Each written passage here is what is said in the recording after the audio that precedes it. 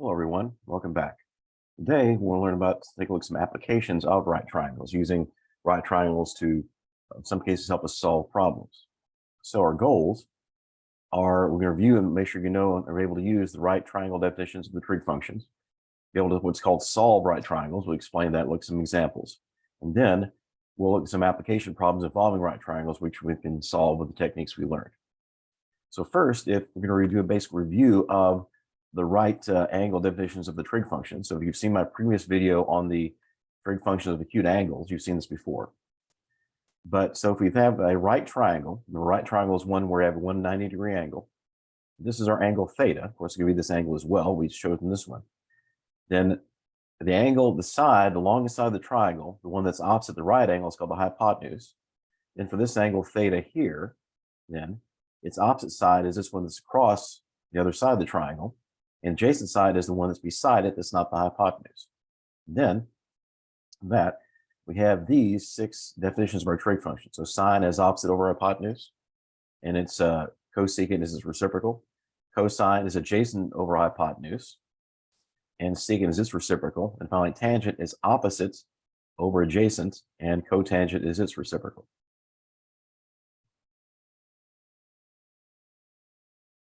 And then we can also use the inverse trig functions then to help us find, if we know one of these values of a trig function, and we need to find, the angle, we can actually use the inverse trig functions to help us do that.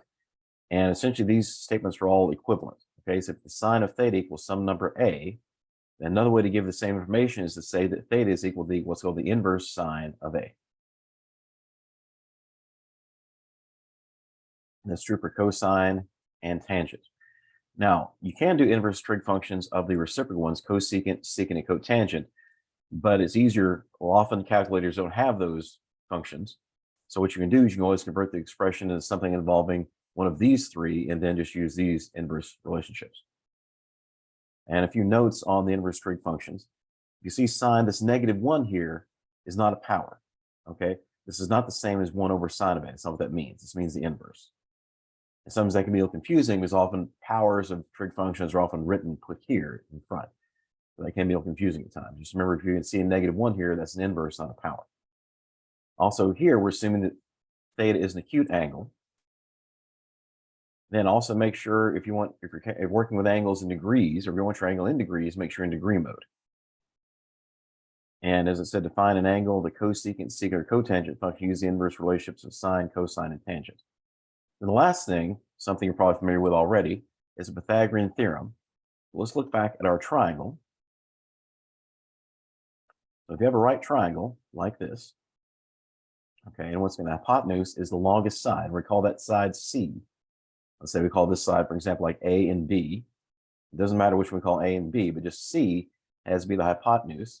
Then the Pythagorean theorem says the sum of the squares of the other 2 sides are equal to the square of the hypotenuse. A squared plus B squared equals C squared. Then what we can do then is we can use all this information to actually help us what's called solve a right triangle. Let's look at that over on the right side. Look at our first example of this.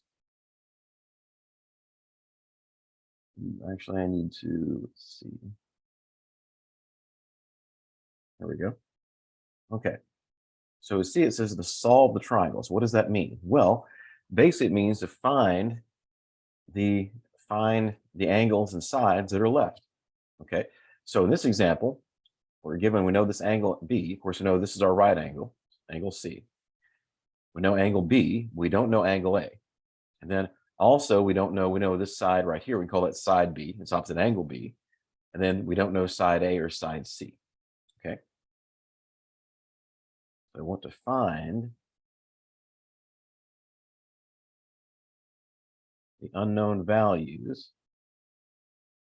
That's what that means. We want to find angle A, and then also sides A and C. Okay. Now, often it doesn't necessarily matter what order we do these in. Let's do the easiest one first. Actually, let's find angle A. And that in this case is the easiest one because remember, for any triangle, the sum of all the angles on the inside have to have 180 degrees. So then A then, as we know the other 2 angles, A is going to be 180 degrees minus 90, which is the right triangle with a 90-degree angle, and also plus this other one, 42.0892 degrees. Okay, and just do that on your calculator.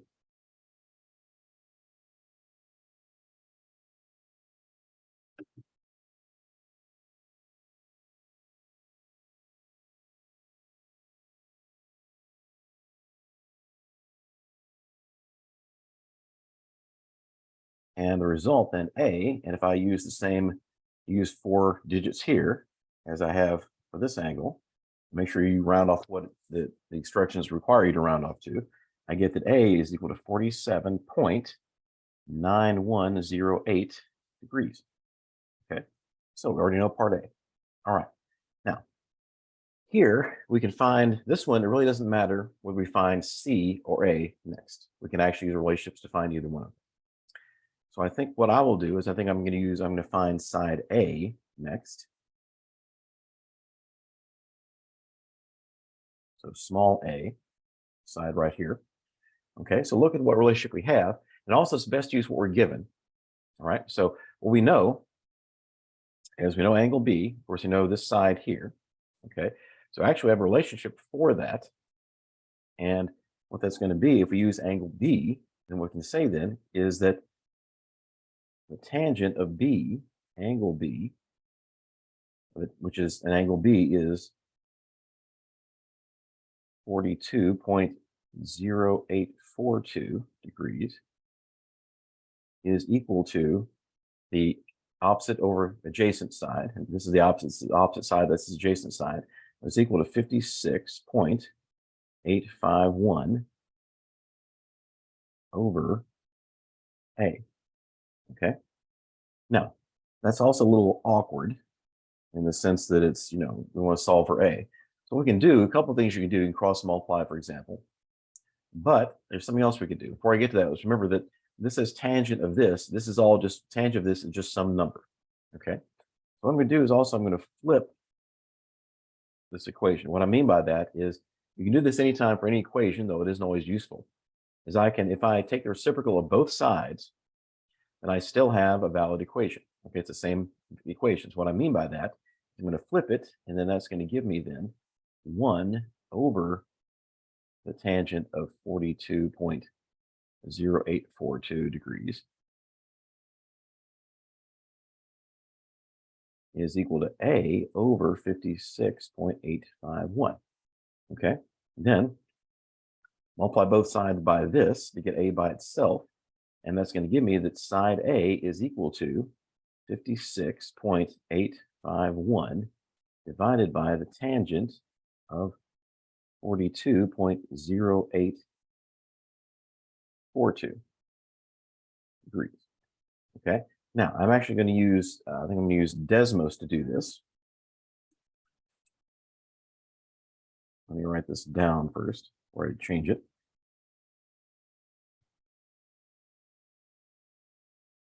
Okay, let's go to Desmos. Now, one thing, make sure whatever kind of calculator you're using, graphing calculator, any kind of handheld calculator, make sure you're in the right mode. What I mean by that, make sure you're in degree mode since we're working in degrees.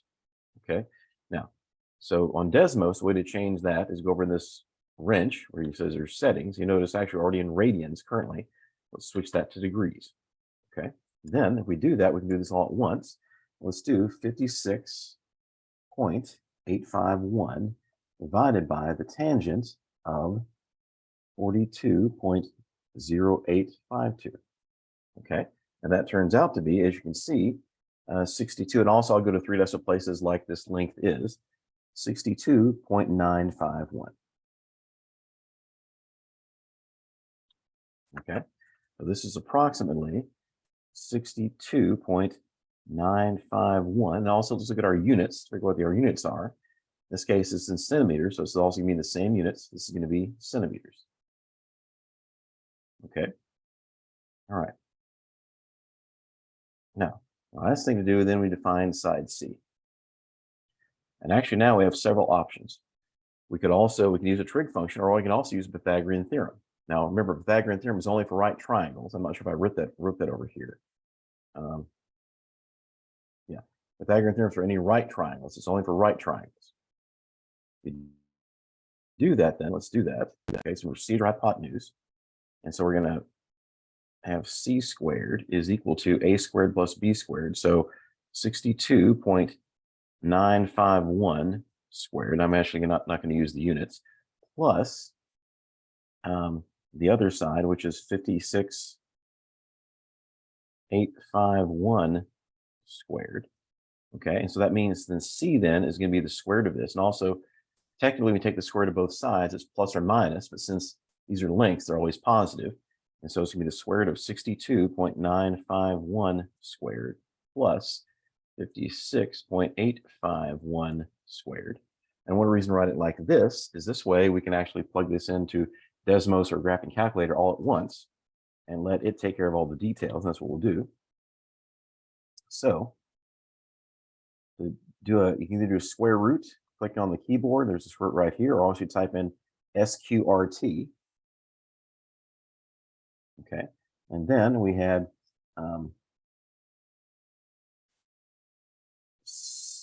62.951 squared plus 56.851 squared. And that gives us then, once again, I'll also go to 3 decimal places here, 84.823. Around the 3rd decimal place, 84.823.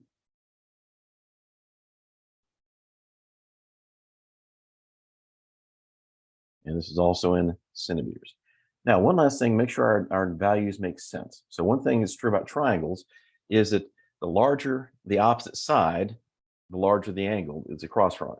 So the bigger an angle is, the larger its opposite side. Let's make sure that's true. So our largest side should be opposite our 90-degree angle. This should be the longest side, and it is. Should be the hypotenuse, and it is. This is longest, 84.823. And then the second biggest angle was actually angle A, 47 degrees, and it should have the third or second longest side, and it does. Its side was 62.951 compared to side B, which is 56.851. Good. So that's just consistent with what should happen. Okay. Look, another example of that. All right. Let's solve this right triangle. Now, this one's a bit different in the sense you can see this time we only know what we know is we only know one angle. We don't know a right angle. We know two sides. So let's figure this one out. So we want to find, first what we need to find, okay, we need to find angles A, angle B, and then our last side, which is side B. Okay, that's what we need to find. Now, what should we do first? Well, there are some options. I think first I'm going to find side B using Pythagorean theorem, but that's an option. Okay, I could also use these two sides and use a trig function to find either side A or B, or angle A or B rather. Okay, let's do that. So I'm just going to find side B first using Pythagorean theorem.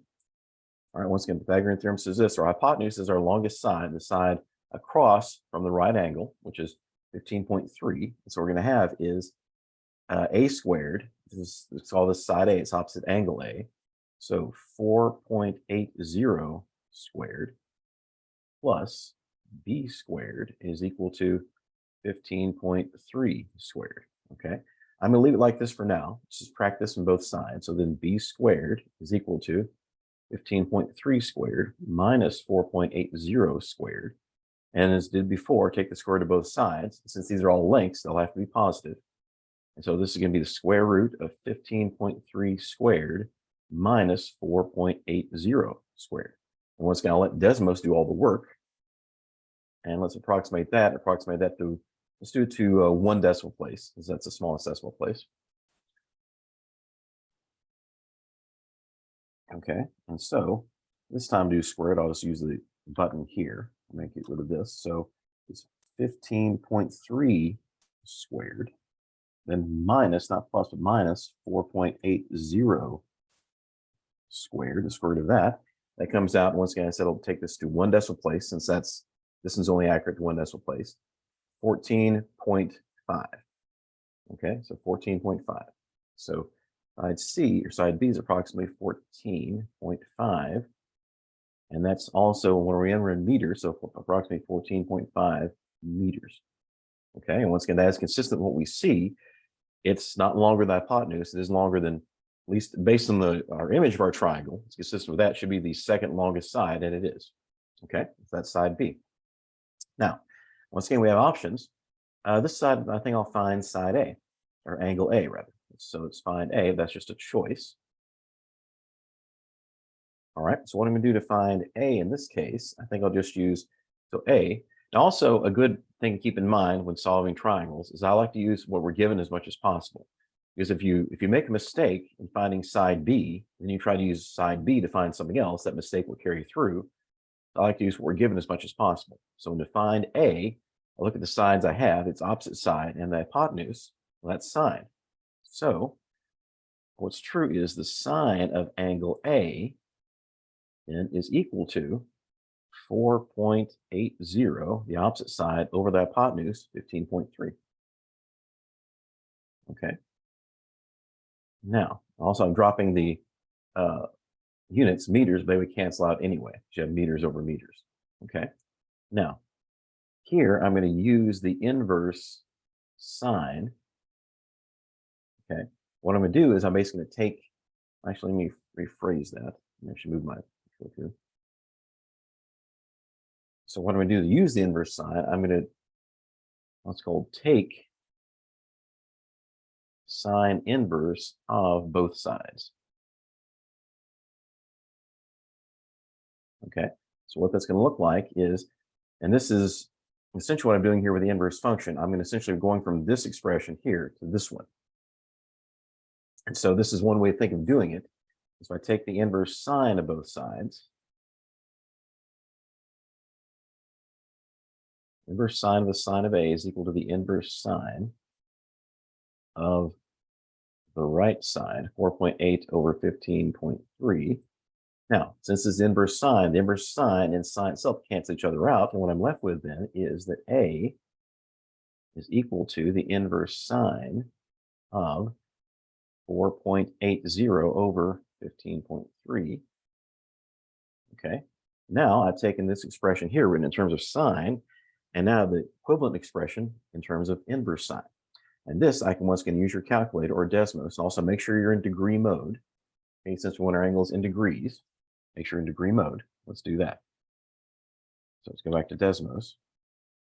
So let's double check, make sure we're still in degree mode. We should be. We didn't change it. All right. In degrees. Now, what I want to do then is inverse sine. Just type it in as, well, actually, let's see. A better way to do that is just to actually find on our functions here. So click on the keyboard at the bottom, click on functions. This right here, inverse sine. Okay. Then just type it in as we had. So 4.80 divided by 15.3. And then I'll just close the parentheses, and already tells us what it is. It says that's equal to 18.28. As far as what to round off here, we'll just choose. There's nothing in the program. The problem tells us what to round to. I think let's round to 2 decimal places. So 18.28 degrees.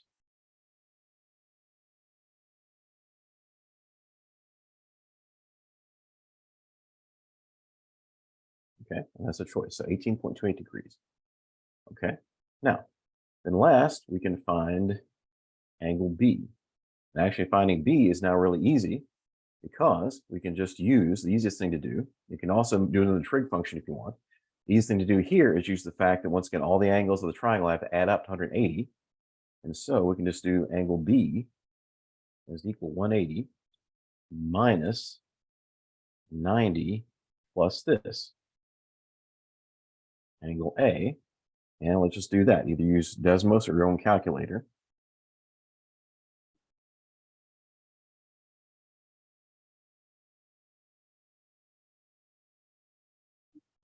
And we should get for angle B, that should be 71.72 degrees. Okay. Actually, I should probably circle what I need. So the values we're looking for.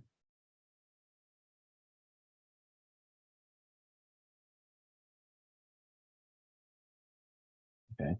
Probably should do that in the first one as well. So make sure you know what it is we're trying to find. So it's a good habit to be in. So side A, then side C on this one, and then the same ones down here. So now we've solved both triangles. We found the missing sides and angles. And also for a consistency check, let's kind of make sure everything looks right.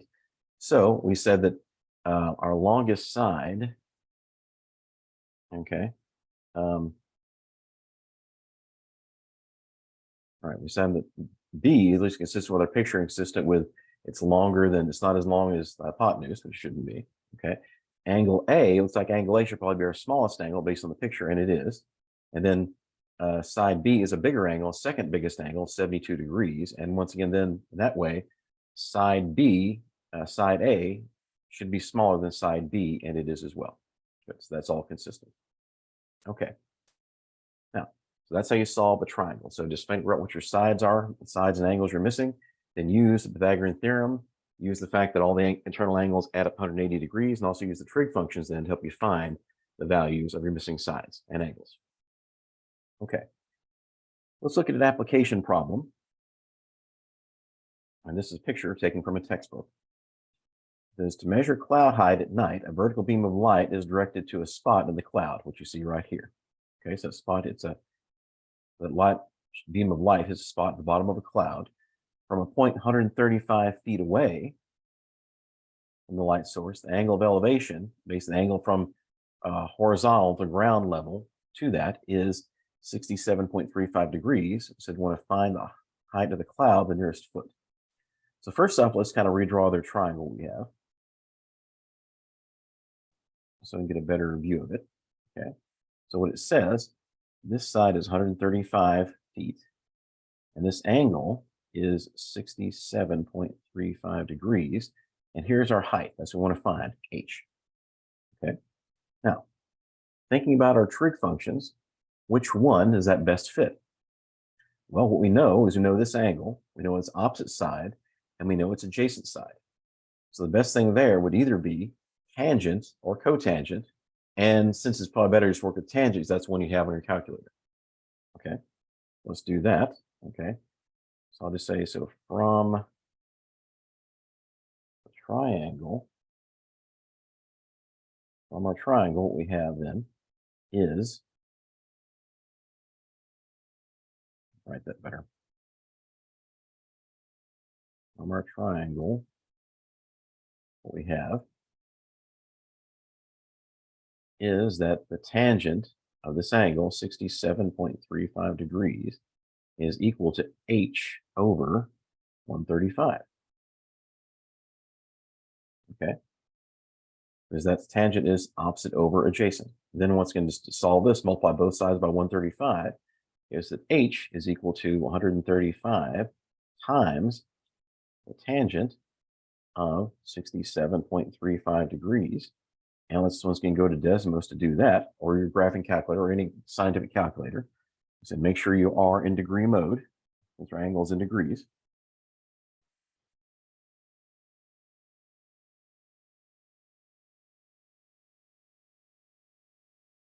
Okay, so let's just do this for now. Let's do 135 times tangent of 67.35, and we get the cloud height according to this is, and we didn't really give anything to round off to, I don't believe. So let's just, let me double check. I don't believe there's any directions what to round off to.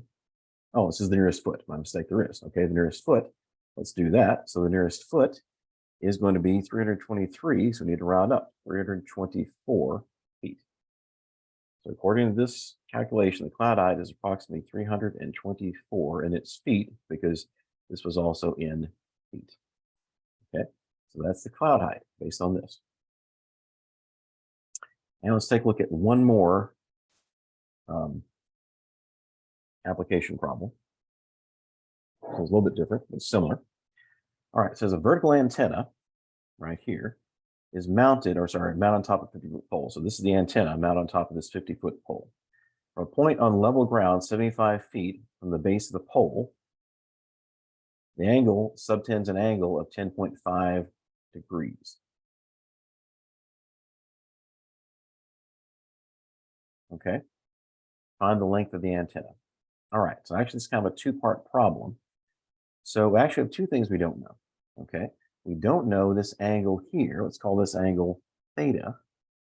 And then we also need to find this angle. Let's call this h, this little bit here, h. Okay, so actually we have two unknowns. We have to find theta and h. Now, the good news is we can find both of those. If we take a look at this, first off, let's find theta. So anytime we're looking at kind of an application problem, figure out what you know first. All right, so can we find, which one can we find first? Well, let's take a look at this. We have two triangles, basically. Well, it's kind of three in a sense. This triangle, okay, 75 feet by 50 feet, and then has angle theta. We can actually find theta because we know that relationship. Okay, that relationship there between theta and these two sides is tangent. So what we have then is the tangent of theta is equal to opposite over adjacent, 50 over 75.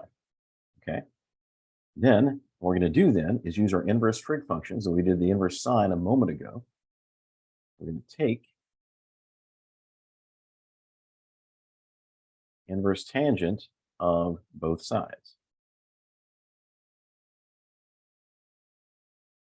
Okay, so that's going to be tangent inverse of the tangent of theta is equal to tangent inverse of 50 over 75. And like in the case of sine, tangent and inverse tangent, these are inverse functions. They cancel each other out. What we're left with then is just theta equal to tangent inverse of 50 over 75. Okay.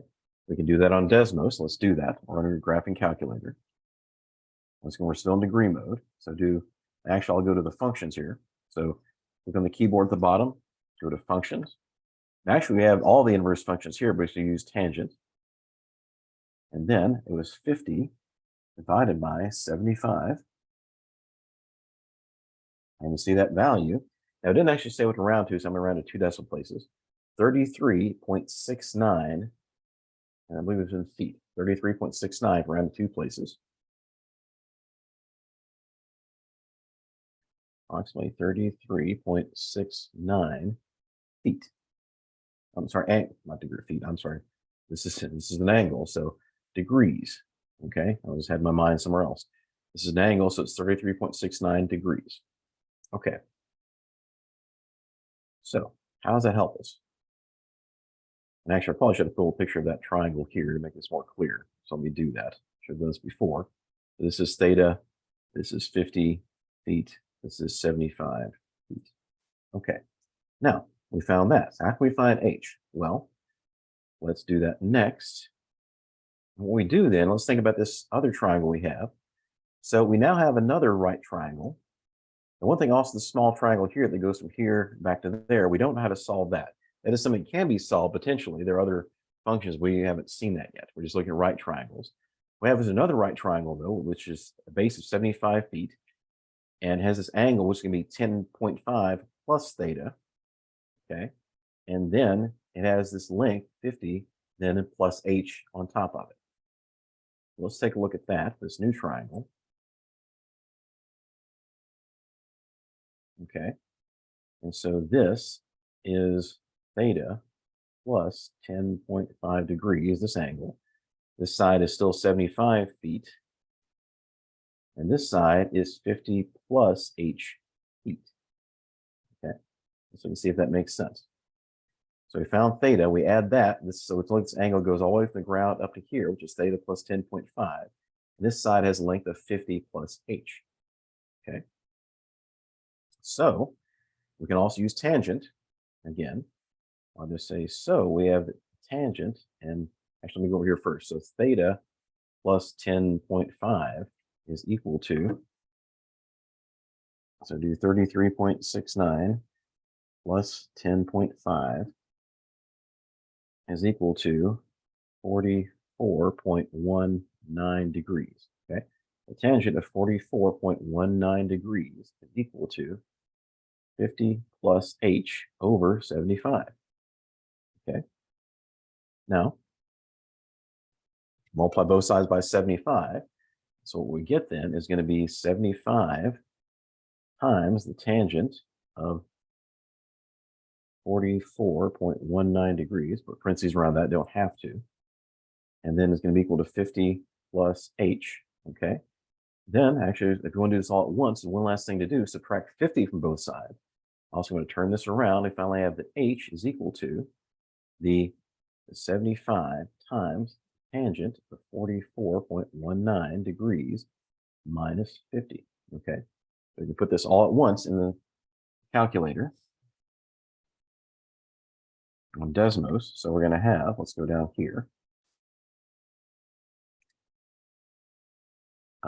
75 times tangent 44.19 minus 50, and that is 22. Also, I'll use, let's see, and this one, it didn't all say what to round off to, so I'll just use 2 decimal places again. So 22.91. 22.91 feet. H is equal to 22.91 feet. That's how tall the antenna is.